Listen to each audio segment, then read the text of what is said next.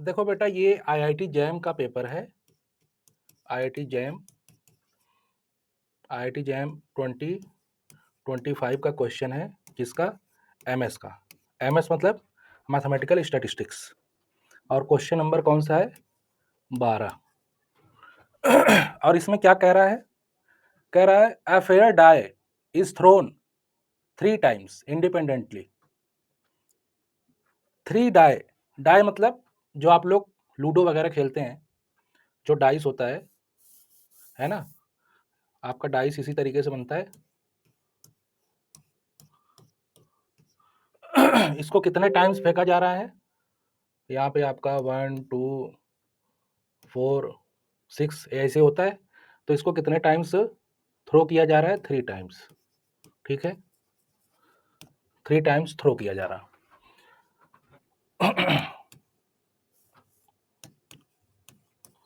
Throw 3 times आपको throw किया जा रहा है। और फिर पूछा क्या पूछा गया? Probability that. पहले तो ये बताओ सबसे पहले एक डाइस में आपके कितने नंबर होते हैं टोटल? आपके टोटल नंबर होते हैं 6। 1 2 3 4 5 6। ठीक है, जब डाइस को आप एक बारी थ्रो करोगे तो या तो 1 आएगा, या तो 2 आएगा, या 3 आएगा, 4 आएगा, 5 आएगा, 6 आएगा। इसके अलावा और कोई नंबर तो आएगा नहीं। ठीक, और 3 डाइस आप जब थ्रो कर रहे हो तो जरूरी नहीं है तीनों डाइस पे सेम ही नंबर आए। हो सकता है किसी में 1 आए, किसी में 4 आए ना, किसी में 2 आए, कोई भी कॉम्बिनेशन बन सकता है। तो टोटल कॉम्बिनेशन कितना बन सकता है मैक्सिमम, पहले वो निकालेंगे, है ना? जिसका जो बनेगा हमारा फेवरेबल केस, अरे टोटल केस, है ना? और फिर देखो क्या बोल रहा है, the probability that 4 is the maximum value that appears among these throws is equal to. इसका मतलब जानते हो क्या कह रहे हैं? ये कह रहे हैं ये कह रहे हैं कि इसका मतलब समझ लो, कह रहे हैं कि आपके पास एक डाइस है, ठीक है, आपके पास एक डाइस है, इसको 3 टाइम्स फेंका जा रहा है। ठीक, 3 टाइम्स आपको थ्रो किया जा रहा है ना। अब 3 टाइम्स आप जब थ्रो करोगे बेटा, तो एक बारी जब थ्रो करोगे तो आपका कुछ उस पे नंबर आएगा, है ना? ये हुआ फर्स्ट टाइम। दूसरी बार जब थ्रो करोगे तो उस पे भी कुछ नंबर आएगा। ये हुआ सेकंड थ्रो। और तीसरी बार जब थ्रो करोगे तब भी कुछ नंबर आएगा, है ना? हमको नहीं पता क्या आएगा, क्योंकि भाई ये रैंडम है, रैंडम वेरिएबल है, कुछ भी आ सकता है ना? रैंडमनेस है तो कुछ भी आ सकता है, हमको हमको क्या पता। लेकिन हम इतना बता सकते हैं कि इसमें टोटल कितने नंबर आ सकते हैं मैक्सिमम? 6। और इसमें मैक्सिमम कितने आ सकते हैं? 6। और इसमें मैक्सिमम कितने आ सकते हैं? 6। ठीक है ना?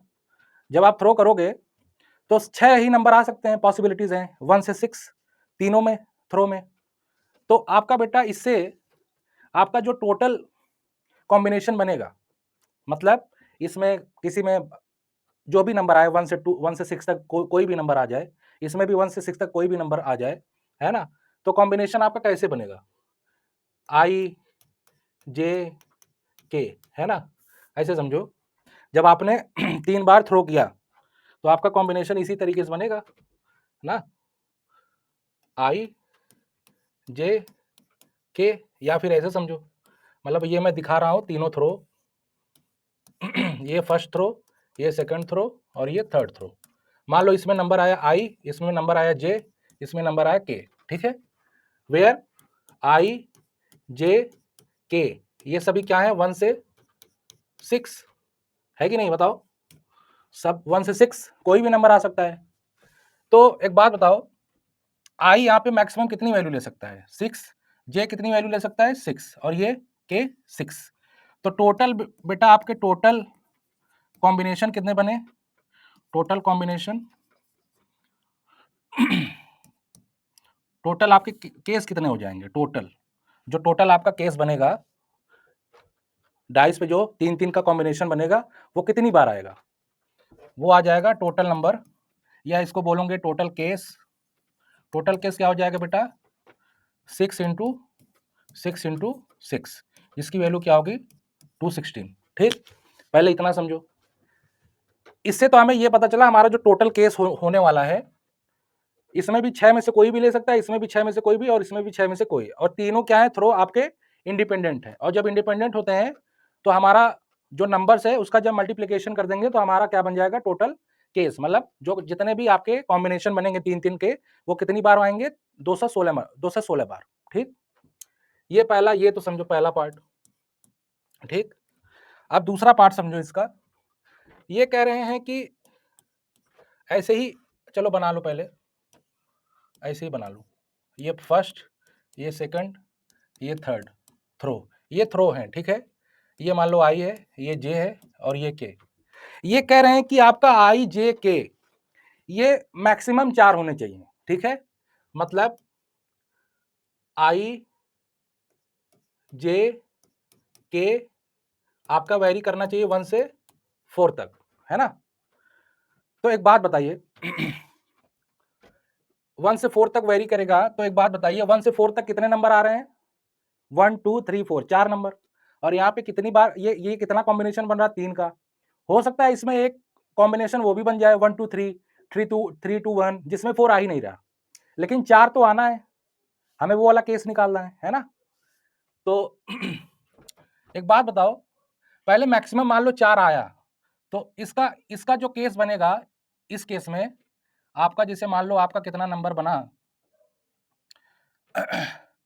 व्हेन डाई सोज, आपका जब आपका नंबर आपका बनेगा कोई भी 1 से, जब ये आई आपका 1 से 4 तक कोई भी वैल्यू ले सकता है, जे आपका 1 से 4 तक कोई भी वैल्यू, और के आपका 1 से 4 तक कोई भी वैल्यू ना। तो इस केस में इसका बेटा वो बन जाएगा क्या 4 4, है ना। तो इसमें आपका क्या कॉम्बिनेशन बन जाएगा, इसमें आपका केस कितना बनेगा, जैसे मान लो आपका बन गया ये पूरा टोटल नंबर बन गया आपका, मान लो n1 इज इक्वल टू क्या हो जाएगा, ये आपका क्या बन जाएगा 64। ठीक है ना। ये जो 64 कॉम्बिनेशन है बेटा, इसका मतलब ये है जो डाइस पे जो नंबर आपके शो हो रहे हैं वो 1 और 4 के बीच में, 1 और 4 तक, 1 और 4 तक है। ठीक है, 1 मतलब डाइस पे जब आप डाइस को जब आप थ्रो कर रहे हो तो एक डाइस पे कितना नंबर आ रहा है, तो उसमें 5 6 नहीं है। ठीक है, केवल डाइस में क्या नंबर शो होगा 1 होगा 2 होगा 3 होगा 4 होगा, है ना। इसमें तीनों में कुछ भी हो सकता है। तो ये कितना इसका नंबर है 64। और हमको क्या चाहिए कि एक डाइस में जो मैक्स वैल्यू होगी, 3 डाइस है ना, उसकी जो मैक्सिमम वैल्यू होगी वो क्या होनी चाहिए केवल 4। ये आपके क्वेश्चन में पूछा गया है। तो केवल 4 जब होगी उसका कॉम्बिनेशन कैसे मिलेगा, इसी में थर्ड केस देखो, इसी में नेक्स्ट आप कैसे बना, थर्ड केस देखो, थर्ड केस इसी में फिर से बना दो, ये आपके है ना, हमने ये बना दिया, ये आपका first second throw third throw. ठीक, ये इसका मतलब हो गया कि आपको क्या निकालना है, केवल 3 नंबर आपके उसमें कितने आने चाहिए, डाइस पे जो नंबर फेस वैल्यू जो आनी चाहिए वो क्या आनी चाहिए 1 से 3 तक केवल आए ना। मतलब आई जे के इक्वल टू 1 से 3 हो। तो इस केस में ये 3 ले सकता है 1 2 3 1 2 3 1 2 3 ना। तो 3 यहाँ पे बेटा क्या बन जाएगा n2 टोटल केस 3 इंटू 3, ये आपका क्या बन जाएगा 27, है ना। अब एक बात बताइए, इसमें जो कॉम्बिनेशन बन रहा है ना बच्चों, इसमें किसी भी डाइस पे 4 तो आ ही नहीं रहा, लेकिन एग्जाम में आपके क्वेश्चन में क्या पूछ रहा है कि एक फेस वैल्यू 4 मैक्सिमम तो होनी चाहिए। ठीक है ना। देखो ये क्या कह रहे हैं, the probability that 4 is the maximum value, 4 is the maximum value that appears among these throws ना। आप जो 3 बार थ्रो कर रहे हो उनमें से 4 आपकी एक वैल्यू होनी चाहिए और वो मैक्सिमम होनी चाहिए, 5 और 6 नहीं होनी चाहिए, 4 होनी चाहिए, वो भी सबसे बड़ी 4 ना।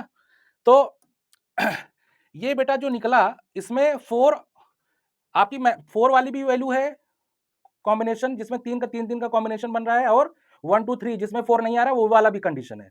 तो हमारा फेवरेबल केस क्या बन जाएगा, ये जो जिसमें 4 नहीं आ रहा है इसको क्या करेंगे, इसमें से सब्ट्रैक्ट कर देंगे, तो हमारा क्या बन जाएगा फेवरेबल केस। समझ पा रहे हो। तो ये हमारा बन जाएगा favourable case, favourable case cases is equal to N1 minus N2। N1 क्या है बेटा 64 और N2 क्या है 27। इसको सब्ट्रैक्ट करेंगे तो क्या मिलेगा 37। ठीक, अब आप निकाल लो प्रोबेबिलिटी। टोटल केस हमने निकाल ही लिया है ना। टोटल केस कितना है 216 216। तो प्रोबेबिलिटी क्या हो जाएगी, जो बोला है क्या बोला है, probability that 4 is the maximum value that appears among these 4 ना। तो प्रोबेबिलिटी क्या हो जाएगी, है कि नहीं। आप डायरेक्ट लिख दो, या अगर आप लिखना चाहते हो 4 is the max value that